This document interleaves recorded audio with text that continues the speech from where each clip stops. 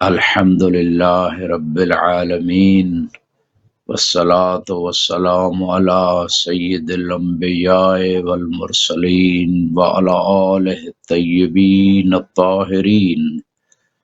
واللعنة الدائمة على أعدائهم أجمعين. رب زدني علما رب اشرح لي صدري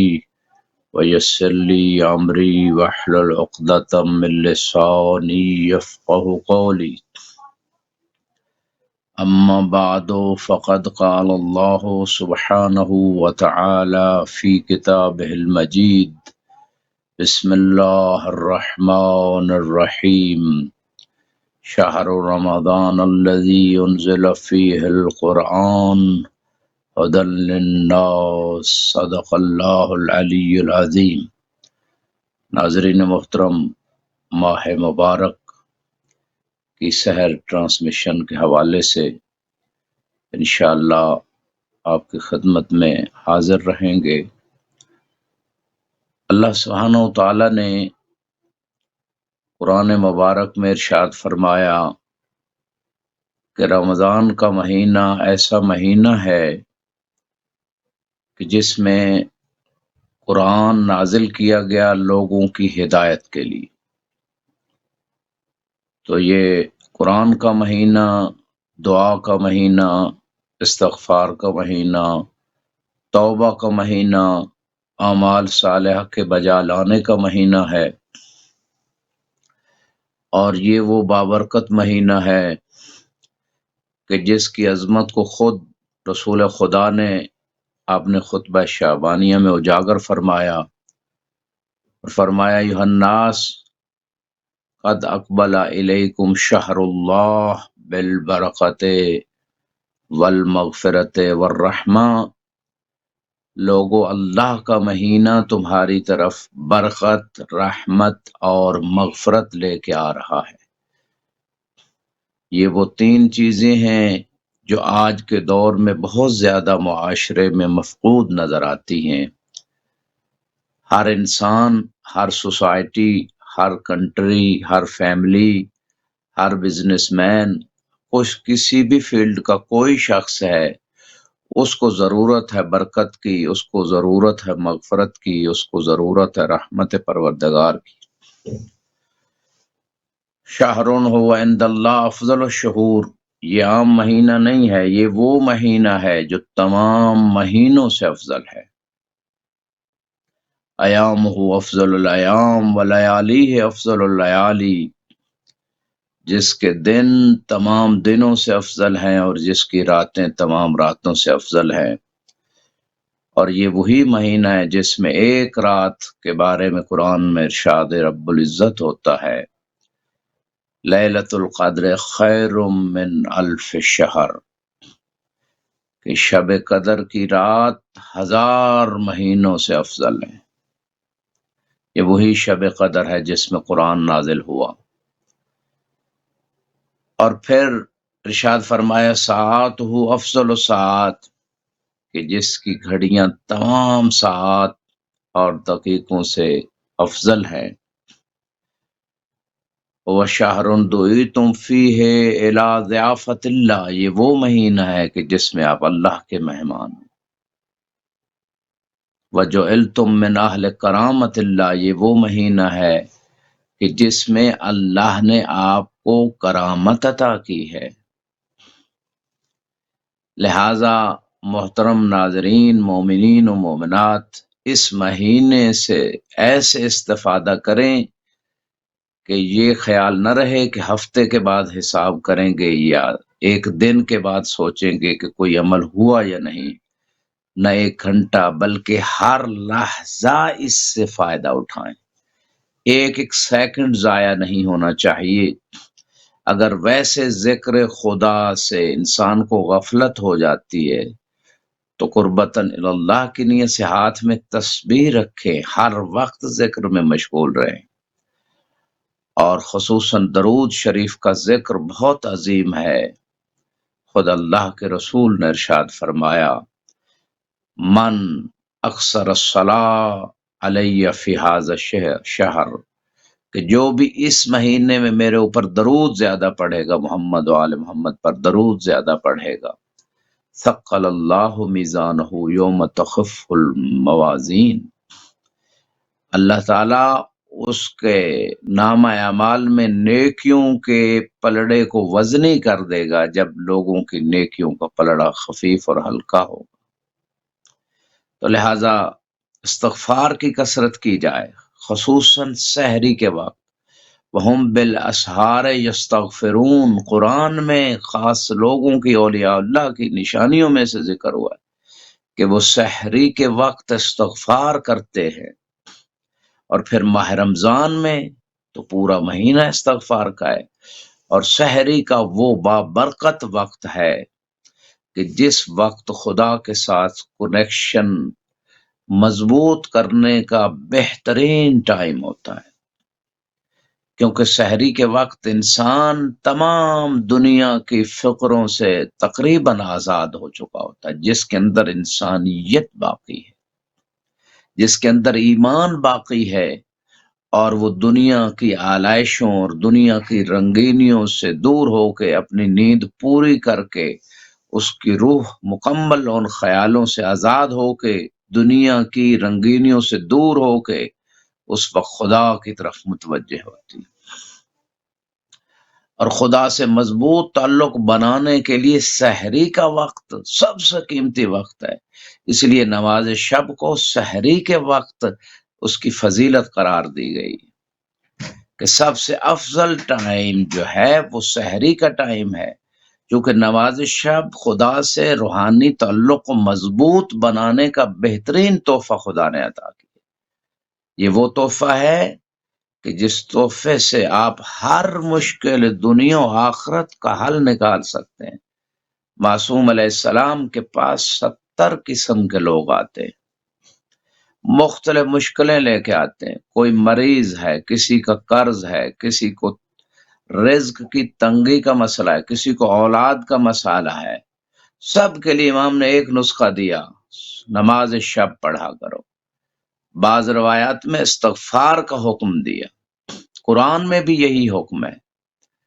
کہ جو بندہ چاہتا ہے کہ اس کے ہاں اولاد ہو، اس کے ہاں رزق کی تنگی کا مسئلہ حل ہو، اسے چاہیے کہ استغفار پڑھے کثرت سے، اور سحری کے وقت استغفار کرنے کا وقت ہے، قرآن بھی حکم دے رہا ہے، اور روایات میں بھی اور خطبہ شعبانیہ میں بھی رسول خدا صلی اللہ علیہ وآلہ وسلم نے استغفار، خدا سے مغفرت طلب کرنا، اللہ میرے گناہوں کو بخش دے، چونکہ توبہ کا مہینہ ہے۔ خود ارشاد فرمایا وَتُوبُوا إِلَى اللَّهِ مِن ذُنُوبِكُمْ، کہ اپنے تمام گناہوں سے توبہ کرو، یہ توبہ کا مہینہ ہے، مغفرت طلب کرنے کا مہینہ ہے۔ میں نے عرض کیا سحری کا وقت بہترین وقت ہے۔ اس ماہ رمضان میں ایک لحظہ کے لیے بھی دنیاوی چیزوں میں اپنا وقت ضائع نہ کریں، کوئی اس طرح کی فضول ڈرامے، فلمیں، جو ہماری نوجوان نسل نعوذ باللہ یہ میڈیا پہ جو لغویات، واہیات، فحشیات، ان تمام چیزوں کو چھوڑ دیں۔ اگر آپ امام زمانہ علیہ السلام سے تعلق بنانا چاہتے ہیں، امام زمانہ کے سچے سپاہی بننا چاہتے ہیں، اللہ کی بندگی میں آنا چاہتے ہیں، خدا کی عبودیت کا وہ ٹائٹل اور تمغہ اور نشان حاصل کرنا چاہتے ہیں جو خدا اپنے بندوں کو عطا کرتا ہے، اگر ہم اس مہینے میں بھی دنیا کی آلائشوں میں اپنے وقت کو ضائع کرتے رہے تو خدا کہتا ہے جب میں دیکھتا ہوں نا کہ میرے بندے کے دل میں دنیا کی محبت ہے، اور وہ دنیا جو قانون شریعت سے ہٹ کر ہے، تب اس دنیا کی بات ہو رہی، تو پھر خدا کہتا ہے میں اپنے بندے کو کم سے کم سزا یہ دیتا ہوں کہ اس کے دل سے مناجات کی لذت کو اٹھا لیتا ہوں۔ جس کے دل میں اللہ سے باتیں کرنے کی، مناجات کرنے کی، دعائیں مانگنے کی لذت محسوس ہوتی ہے، جس بندے کو بھی دعا مانگتے ہوئے خدا سے کنیکشن محسوس ہوتا ہے، ایک روحانی سکون اور سیٹسفیکشن ملتی ہے، ایسا شخص خدا کا شکر ادا کرے اور ان مناجات کے اندر مزید اپنے آپ کو داخل کرے اور دعاؤں میں مشغول ہو جائے. کیونکہ سحری کے وقت بہت ساری دعائیں ذکر ہوئی ہیں، مفاتیح الجنان ہر گھر میں یا موبائل میں بھی موجود ہے. لازمی طور پہ ترجمے کے ساتھ تلاوت بھی اور دعائیں بھی پڑھیں، تاکہ پتہ چلے کہ بندہ خدا سے بات کیا کر رہا ہے یا اللہ بندے سے کیا بات کر رہا ہے. امام زین العابدین علیہ السلام فرماتے ہیں، اگر دنیا میں کوئی شخص نہ رہے، اکیلا میں موجود ہوں اور اللہ کی کلام قرآن میرے پاس ہے، تو مجھے کوئی وحشت نہیں ہوگی، کیونکہ اللہ مجھ سے کلام کر رہا ہوگا، میں اللہ کی باتیں سن رہا ہوں گا جب میں قرآن کی تلاوت کر رہا ہوں. لہٰذا اس مہینے کو نعمت سمجھتے ہوئے، خصوصاً سحری کے اوقات کو نعمت سمجھتے ہوئے، فقط کھانا پینا سحری کے وقت فقط یہ ایک کام نہیں ہے، بلکہ رات کو جلدی سو جائیں. اگر سونے کی روٹین ہے، دن کو کوئی کام کرنا ہے، آپ نے جاب پہ جانا ہے، کوئی بزنس ہے، رات کو جلدی سوئیں، دعا مانگ کے نماز کے بعد جلدی سو جائیں، اور سحری کے وقت 3 3:30 یعنی سحری کے ٹائم جو 5 کے قریب 10 منٹ بلکہ پہلے احتیاطاً ختم ہو جاتا ہے بعض کنٹریز میں، تو اس سے پہلے 1.5-2 گھنٹہ کم از کم اٹھیں اس میں، تاکہ آرام سے سحری بھی کر سکیں، دعائیں بھی مانگ سکیں، نماز شب بھی پڑھ سکیں، خضوع و خشوع سے نماز بھی پڑھ سکیں. اور جو ہی اٹھیں زبان پہ ذکر خدا استغفر اللہ ربی واتوب الیہ کو جاری رکھیں، طہارت کے بعد وضو کریں، پانی پئیں، اور سحری کھانے کا بہت زیادہ اجر روایات میں ذکر ہوا ہے، چونکہ سحری کے وقت اٹھ کے کھانا کھانا یہ ایک الگ ثواب رکھتا ہے. کھجور اور پانی سے ضرور کم سے کم سحری کھجور اور پانی روایات میں ذکر ہوئی، اور اس کے ساتھ ساتھ اس کے فوراً بعد جب آپ سحری کر لیں یا پہلے ٹائم ہو، دعائے سحر پڑھیں، نماز شب پڑھیں، خضوع خشوع سے پڑھیں، جلدی جلدی نہ پڑھیں. اللہ کی بارگاہ میں انسان کھڑا ہے اور وہ ہمیں سن بھی رہا ہے، دیکھ بھی رہا ہے، اس خیال کے ساتھ، اس یقین کے ساتھ، اس ایمان کے ساتھ کہ وہ سمیع ہے، وہ بصیر ہے، وہ میری ہر بات کو سن رہا ہے اور ہر لحظہ مجھے دیکھ رہا ہے. نحن اقرب الیکم من حبل الورید، کہ ہم تمہاری شہرک کے بھی زیادہ قریب ہیں. لہذا انسان کو چاہیے کہ اللہ رب العزت کو اپنے قریب محسوس کرتے ہوئے، اور وہ سن رہا ہے اور وہ دیکھ رہا ہے، اس حالت میں نماز پڑھے، اس حالت میں دعا مانگے، اس کیفیت کے ساتھ قرآن کی تلاوت کریں، اس کیفیت کے ساتھ اللہ کا ذکر کریں. اس لیے فرمایا فَإِنَّ الشَّقِيَّ مَنْ حُرِمَ غُفْرَانَ اللَّهِ فِي هَذَا الشَّهْرِ الْعَظِيمِ. اللہ کے حبیب فرماتے ہیں وہ بدبخت انسان ہے کہ جو اس مہینے میں بھی اللہ کی مغفرت سے محروم ہو جاتا. تو میں یہ عرض کر رہا تھا کہ سحری کے وقت جو ہمیں کام کرنے ہیں، سب سے پہلے تو ٹائم پہ ہم سو جائیں، اور سونے کے بعد جب بھی ہماری رات کو بھی آنکھ کھولے فوراً اللہ سے استغفار طلب کریں، توبہ کریں، دعا مانگیں. دعا کی قبولیت کا وقت ہے. سحری کے وقت بہت ساری دعائیں ذکر ہوئی، انشاءاللہ آئندہ پروگرامز میں وہ دعائیں بھی ذکر کریں گے. دعائے امام باقر علیہ السلام، دعا البہاج، بہا کے نام سے مختصر بہترین جامع دعا ہے. اور اس کے بعد چھوٹی چھوٹی دعاؤں کے ساتھ ساتھ دعائے ابی حمزہ صومالی، چوتھے امام نے اپنے صحابی کو یہ دعا تعلیم فرمائی تھی. معارف کا گنجینہ ہے یہ دعا ابی حمزہ صومالی. ایک ایک جملے پہ ایسے ایسے مطالب، معانی اور معارف موجود ہیں کہ انسان کی دنیا و آخرت کو کامیابی کے راستے پہ گامزن کر سکتے ہیں. اور یہ خود امام علیہ السلام سحری کے وقت، اگرچہ یہ دعا لمبی ہے لیکن امام خود مانگتے تھے. میں نے بعض مراجع نجف سے یہ بات سنی کہ نجف اشرف میں ایک زمانہ تھا کہ 300 کے قریب مجتہدین حرم میں امیر المومنین علی ابن ابی طالب علیہ السلام میں اپنی نماز شب کے 11ویں رکعت کے قنوت میں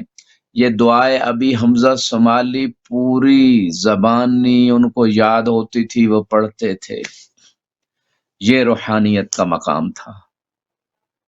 یہ علی ابن ابی طالب علیہ السلام کے جوار میں سید العارفین کے جواب میں رہنے والے عرفاء کا مقام تھا۔ یہ تعلق پروردگار تھا کہ اتنا سکون ان کو میسر ہوتا تھا کہ نماز شب بھی قضا نہیں کرتے تھے، نماز شب بھی پڑھتے تھے مولا کے حرم میں، جہاں ایک رکعت مولا کے گنبد کے نیچے 2,00,000 رکعت کا ثواب ملتا ہے۔ یہ برکتیں، یہ رحمتیں نجف میں رہنے والوں کے لیے خصوصی ہیں۔ وہ نجف جہاں مولا کے پڑوس میں سونا بھی عبادت ہے، اور اس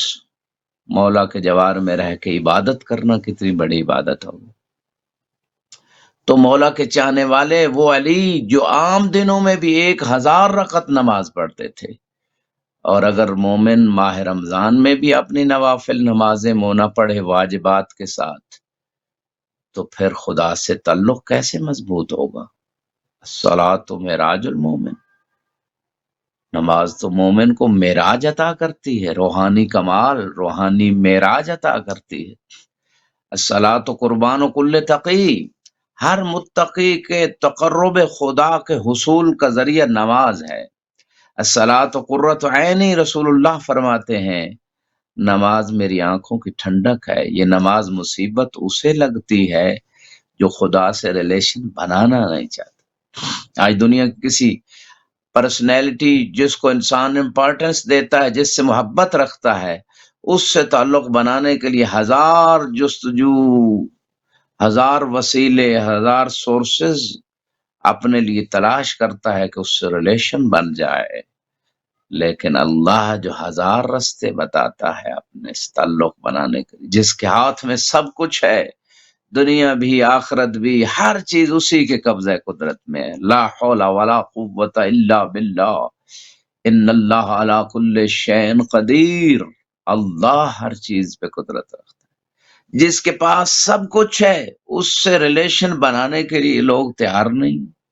جس نے ہزاروں راستے بتائے، والذین جاہدوا فینا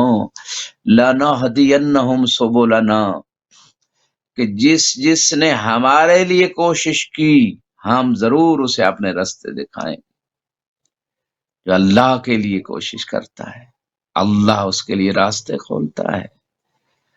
تو آج کسی دنیا کی شخصیت سے چند روزہ جو دنیا میں فانی دنیا ہے، کوئی تعلق بنانا چاہتا ہے، ریلیشن بنانا چاہتا ہے، کتنے پاپڑ بیلتا ہے۔ خدا جو راستے بتا رہا ہے، جس کے دروازے دن رات کھلے ہیں، سحری کے اوقات کو بالکل ضائع نہیں کرنا چاہیے۔ کچھ لوگ ویسٹرن دنیا پہ ان کے کلچر، ان کی لائف سٹائل کو دیکھتے ہوئے ہمارے اسلامک کنٹریز میں مسلمز بھی ساری رات جاگنا اور سحری کے وقت سو جانا، یہ صحت کے لیے بھی ڈینجرس ہے میری نوجوانوں۔ یہ نہ صرف جسمانی صحت کے لیے بلکہ روحانی صحت کی بھی موت ہے اس میں۔ بلکہ اسلام نے یہ رول دیا ہے کہ صحت کے لیے جلدی سو جاؤ اور سحری کے وقت جلدی اٹھو اور اپنے رب سے باتیں کرو، نماز کے ساتھ، دعا کے ذریعے سے، قرآن کی تلاوت سے، استغفار سے۔ یہ اگر جو انسان جسم کے لیے اس دنیا میں اتنی سٹرگل کر رہا ہے، اور اگر روح کی موت ہو گئی تو ظاہری شکل میں تو وہ زندہ ہے لیکن اندر سے مر چکا ہے۔ العالم حی وان کان میتا، امام باقر علیہ السلام فرماتے عالم زندہ ہوتا ہے اگرچہ اس کا جسم مر جائے، کیونکہ اس نے اپنی روح کو زندگی عطا کی ہوتی ہے، دین پہ عمل کر کے روح زندہ کر چکا ہوتا ہے، پھر روح فانی نہیں ہوتی، روح زندہ رہ جاتی۔ والجاہل میت وان کان حیا، امام فرماتے ہیں جو جاہل ہے دین سے وہ چلتا پھرتا لاشا ہے، اگرچہ ظاہری شکل میں انسان کو وہ زندہ ہی کیوں نہ لگے۔ تو روح کی موت سب سے خطرناک موت ہے، لہذا بعض حدیث میں یہ ملتا ہے مجالست اہل دین شرف الدنیا والآخرہ، ہر قسم کے واہیات، قسم کے فضولیات، لغویات، جس میں نہ دنیا کا فائدہ نہ آخرت کا فائدہ، لوگ نیٹ پہ، لوگ میڈیا پہ گھنٹوں بیٹھتے ہیں، ساری سر رات بیٹھتے ہیں۔ اور وہ علماء ربانین جو آپ کی روحوں کو زندہ کرنا چاہتے ہیں، جو آپ کی دنیا و آخرت کو بچانا چاہتے ہیں، جو آپ کی لائف کو سکسیسفل بنانا چاہتے ہیں، جو آپ کے فیوچر کو محفوظ بنانے کے لیے، اور آپ کے بچوں کا فیوچر جو آخرت کا اعتبار سے سب سے بڑا فیوچر تو آخرت ہے، جو دنیا میں بھی فیوچر کو سیف بنانے کے رولز بتاتے ہیں، اسلامی رولز، محمد و آل محمد کے بتائے ہوئے قانون، ان کی باتوں کو سننے کے لیے تیار نہیں ہے۔ معصوم فرماتے ہیں اہل دین کی مجلس، چاہے وہ میڈیا پہ ہو، چاہے وہ ممبر پہ ہو، چاہے وہ بیٹھک میں ہو، چاہے وہ گھر میں ہو، چاہے وہ مسجد میں ہو، جہاں بھی ان کی مجلس ہے، جہاں بھی وہ بیٹھے، ان کے پاس بیٹھنا دنیا کا بھی شرف، آخرت کا بھی شرف۔ اس دور میں ان میڈیاز کو، ان چینلز کو، ان سورسز کو جو اسلام اور روحانیت کی بقا کے لیے کام کر رہے ہیں، ان کو سلام ہے، ان کی جوت کو خدا قبول فرمائے۔ جو جتنا پارٹیسپیٹ کر رہا ہے اس کے لیے اتنا اجر و ثواب ہے۔ تو عرض کر رہا تھا سحری کا جو ٹائم ہے، اس ٹائم کو بالکل ویسٹ نہ کریں۔ ویسے تو میں نے کہا کہ اپنے 24 گھنٹے جو ہیں ماہ رمضان میں ایک سیکنڈ بھی ضائع نہ کریں۔ سوئیں بھی قربتاً اللہ کی نیت سے، وضو کر کے سوئیں تاکہ آپ کا سونا بھی عبادت، اور اس نیت سے سوئیں کہ اٹھ کے میں نے روزہ رکھنا ہے۔ روزے کی نیت ماہ رمضان، پورے ماہ رمضان کے روزوں کی بھی نیت واجب قربتاً اللہ کی نیت سے کر لیں، لیکن ہر روزے کی نیت بھی سحری کے وقت ضرور اس وقت جو ہے آپ دوبارہ ریوائز کر لیں نیت، آج کے روزہ کو واجب قربتاً اللہ کی نیت سے رکھتا ہوں، تاکہ آپ کو اس نیت کے ریوائز کرنے پہ اجر و ثواب مل جائے۔ اور یہاں پہ ایک روایت آپ کی خدمت میں عرض کرنے جا رہا ہوں، ان اللہ و ملائکتہ یصلون علی المستغفرین والمتصاحرین بالاسحار، کہ اللہ اور اس کے ملائکہ کن پہ درود بھیجتے ہیں؟ سحری کے وقت استغفار کرنے والوں، استغفر اللہ ربی واتوب الیہ، دل سے کہے پروردگار سابقہ مجھ سے غلطیاں ہوئیں، میں نے حقوق العباد پامال کیے، میں نے تیرے حق پامال کیے،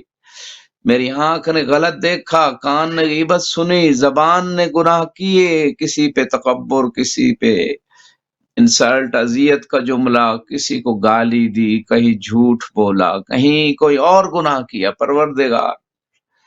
مجھے بخش دے۔ زبان کے 25 گناہ ہیں، جھوٹی گواہی دینا، گانے سننا، گانے سنانا، کسی کے اوپر بہتان لگانا، غیبت بولنا، چغل خوری کرنا، حسد کا اظہار، تکبر، انسلٹنگ۔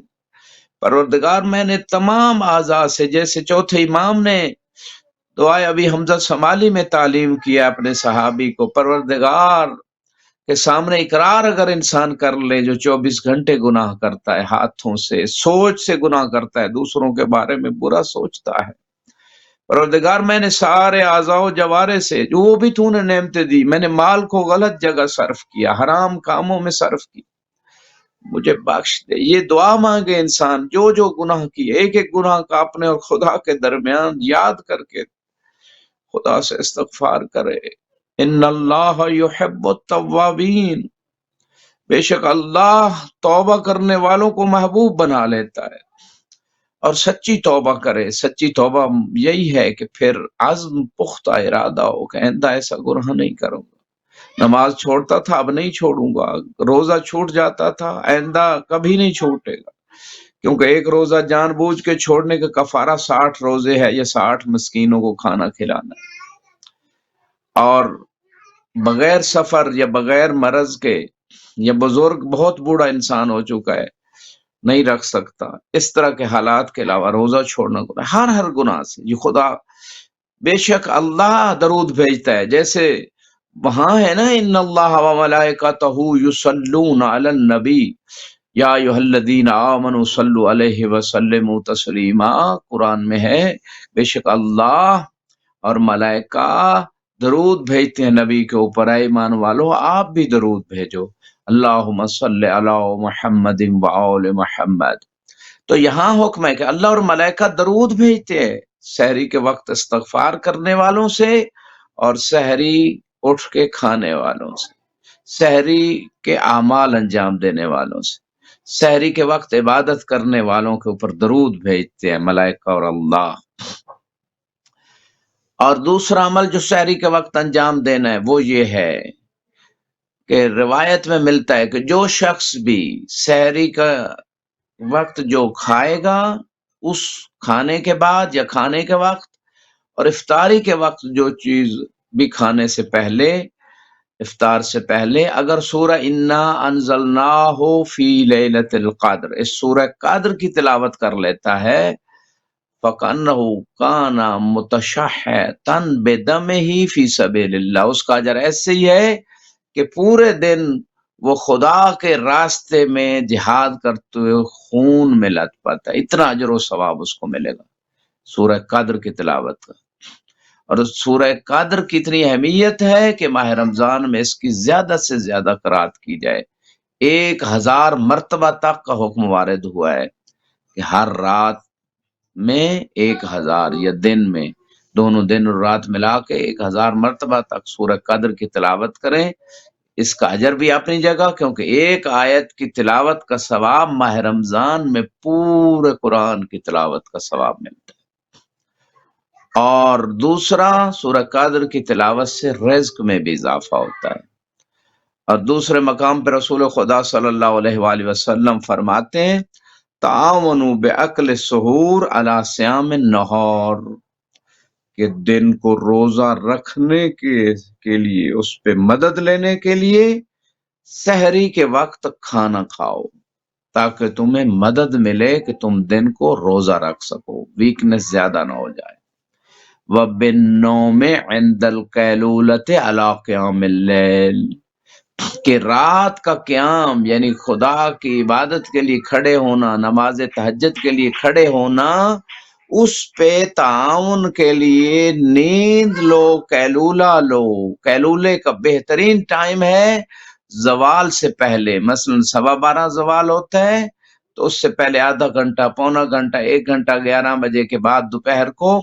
یہ بیسٹ ٹائم ہے قیلولے کا جو روایات میں ذکر ہے۔ اگر اس ٹائم کو آدھا گھنٹہ 15 منٹ بھی آرام کر لیتا ہے تو اس کے جسم میں انرجی ریکور ہو جاتی ہے، وہ رات کو اٹھ کے نماز شب آرام سے پڑھ سکتا ہے۔ اور اس کے لیے الارم لگایا جائے، مثلا 3 ساڑھے 3 بجے اٹھنا ہے سحری کے وقت، الارم لگایا جائے تاکہ بندہ ٹائم پہ اٹھ جائے، ڈیلی بیسس پہ الارم لگا ہوا ہو، یہ نہ ہو غفلت ہو جائے اور وہ ٹائم نکل جائے یا روزے کے لیے اٹھ نہ سکیں۔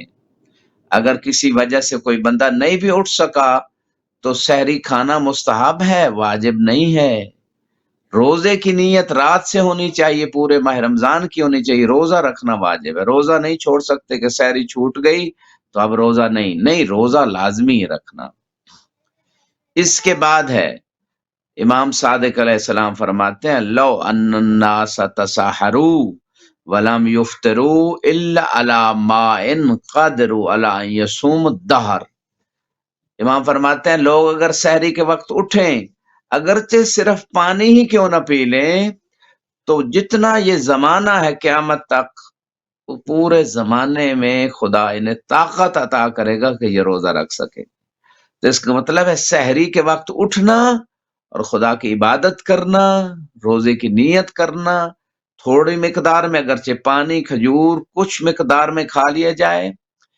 تو یہ بہترین چیزیں ہیں، پانی اور کھجور سے روزہ رکھنا اور افطار کرنا۔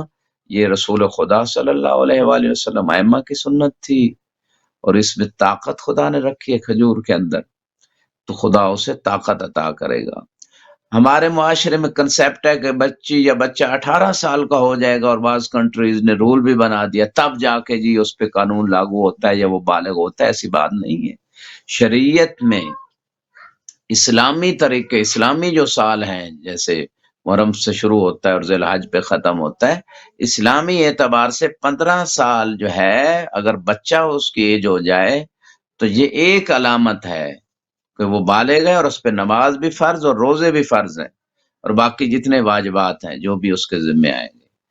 اور اسی طرح بچی جو ہے 9 سال اگر پورے کر لیتی ہے، جو اسلامی 9 سال ہیں، تو وہ بالغ ہے شرعی طور پہ، اس پہ حجاب بھی فرض ہے، بلکہ اس سے پہلے حجاب کا خیال رکھے،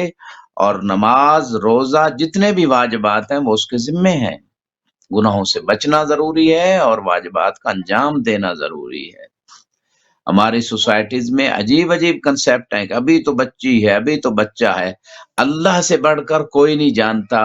کہ کون سی چیز کس کے لیے کس ایج میں سوٹیبل ہے یا نقصان دہ ہے۔ لہٰذا ان بچوں کو حوصلہ دلائیں، ان کو عادت ڈالیں 7-8 سال کی ایج سے بچیوں کو، اور 10-11 سال کی ایج سے 12 سال سے بچوں کو روزہ رکھنے کی، ان کے لیے مستحب ہے، باعث ثواب ہے، والدین بھی اجر میں شریک ہوتے ہیں۔ امام صادق علیہ السلام فرماتے ہیں افضل سحورکم السویق والتمر، کہ تمہارا سحری کے وقت سب سے بہترین کھانا جو ہے وہ کھجور ہے، اور دوسرا جو ہے، جو کی روٹی کھائیں، چاہے جو کے ستو جس کو کہتے ہیں اس کو پئیں، اور ویسے بھی وہ گرمیوں میں پیاس سے بچانے کا بہترین ذریعہ ہے، اس میں انرجی بھی ہے اور شوگر کے سے بچنے کا ذریعہ بھی ہے، شوگر ہوتی نہیں ہے، اگر ہو جائے تو کنٹرول ہوتی ہے۔ انبیاء کا کھانا تھا، امیر المومنین نے ساری زندگی ستو کھائے، یعنی یہ جو کی روٹی کھاتے تھے۔ حالانکہ آدم علیہ السلام کو خدا نے منع کیا تھا گندم سے، اور آپ قریب گئے تو آدم علیہ السلام سے افضل ہیں۔ علی علیہ السلام جب سوال ہوا کہ آپ افضل ہیں یا آدم، فرمایا آدم کو منع کیا تھا گندم سے، پھر بھی وہ قریب گئے، اور مجھے منع بھی نہیں کیا گیا، میں نے پھر بھی گندم نہیں کھائی۔ تو جو کی روٹی کھاتے تھے۔ اور یہ اس مقام پہ جابر سے ایک روایت امام باقر علیہ السلام فرماتے ہیں کانا یا رسول اللہ صلی اللہ علیہ وآلہ وسلم یفطروا علی الاسودین، کہ 2 سیاہ چیزوں پہ آپ افطار کرتے تھے۔ پوچھا گیا کیا ہیں یہ 2 چیزیں؟ قال التمر والماء والزبیب والماء ویتسار بہما، افطاری بھی کھجور اور پانی سے کرتے تھے، اور سحری بھی اسی طرح اس میں زبیب اور پانی کی بات بھی ہے، یا زبیب سے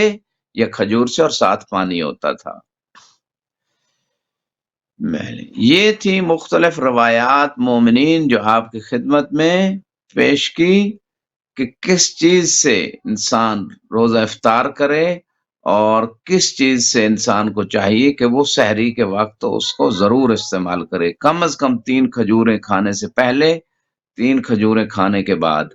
کیونکہ انسان کے جسم کو جو مٹھاس اور شوگر کی ضرورت ہوتی ہے، مٹھاس کی، وہ ان کھجوروں سے پوری ہوتی ہے، اور خود امام علیہ السلام نے اس کا حکم دیا ہے۔ اللہ کہ جس کو شوگر ہے یا کوئی اور پرابلم ہے وہ ایک الگ مسئلہ ہے، لیکن یہ پاور اور انرجی دینے والی چیز ہے کھجور، اور اسی طرح یہ سنت بھی ہے، اور اس سے کھانے کو ہضم ہونے میں اور زیادہ انرجیٹک کرنے میں بہت زیادہ سپورٹ ملتی ہے۔ لہٰذا مومنین کو اس چیز کو ترک نہیں کرنا چاہیے۔ اور میں نے جیسے کہ آپ کی خدمت میں عرض کیا کہ سحری اور افطاری کے وقت سب سے زیادہ ہماری توجہ اس کھانے کے علاوہ ہماری توجہ استغفار، عبادت، نماز شب، تلاوت قرآن، دعاؤں پہ مرکوز ہونی چاہیے، اور سارا دن بھی انسان جو ہے وہ دعائیں مانگتا رہے اور ذکر خدا میں مشغول رہے۔ یہاں پہ ایک نماز آپ کی خدمت میں عرض کرنے جا رہا ہوں، 2 رکعت نماز ہر رات جو انسان پڑھے گا، اور الحمد کے بعد 3 مرتبہ سورہ توحید کی تلاوت کرنی ہے، اور 2 رکعت پڑھنے کے بعد پھر یہ دعا مانگے سبحان من هو حفیظ لا یغفل سبحان من هو رحیم لا یعجل لا یعجلو سبحان من ہوا قائم لا یسہو سبحان من ہوا دائم لا یلہو۔ یہ دعا مانگنے کے بعد 7 مرتبہ پڑھے سبحان اللہ والحمد للہ ولا الہ الا اللہ واللہ اکبر، سبحانک 7 مرتبہ یہ پڑھنے کے بعد پھر پڑھے سبحانک سبحانک سبحانک یا عظیم اغفر لی الذنب العظیم، اے پاک و پاکیزہ، اے پاک و پاکیزہ، اے عظیم تو میرے بڑے گناہوں کو بخش دے۔ پھر اس کے بعد 10 مرتبہ محمد و آل محمد پر درود پڑھے، اللہم صلی علی محمد و آل محمد۔ تو روایت میں ہے کہ جو شخص یہ 2 رکعت نماز پڑھ لیتا ہے غفر اللہ لہو 70,000 سیئہ، اللہ سبحانہ وتعالیٰ اس کے 70,000 گناہ بخش دیتا ہے۔ اور اسی طرح ہر رات کی نمازیں یقیناً ذکر ہوئی ہیں، اور وہ نماز مفاتیح الجنان میں انسان کو چاہیے کہ وہ ان کی طرف متوجہ ہو اور وہاں سے پڑھ سکتا ہے، اور انشاءاللہ ہم بھی گاہے بگاہے ان دعاؤں کے بارے میں آپ کو بتاتے رہیں گے۔ اور افطار کے وقت یہ دعا مانگے اللہم لک صمت وعلی رزقک افطرت وعلیک توکلت۔ تو جب کوئی شخص یہ دعا مانگتا ہے تو اللہ سبحانہ وتعالی جتنے لوگوں نے اس دن پوری سرزمین پہ روزہ رکھا ہوتا ہے ان سب کے روزوں کے برابر اس شخص کو اس دعا پہ اجر عطا کرتا ہے۔ چھوٹے سے عمل سے کتنا بڑا اجر ہے۔ اور جیسے کہ میں نے عرض کیا، دعا ابی حمزہ سمالی کے حوالے سے دعائے بہا ہے،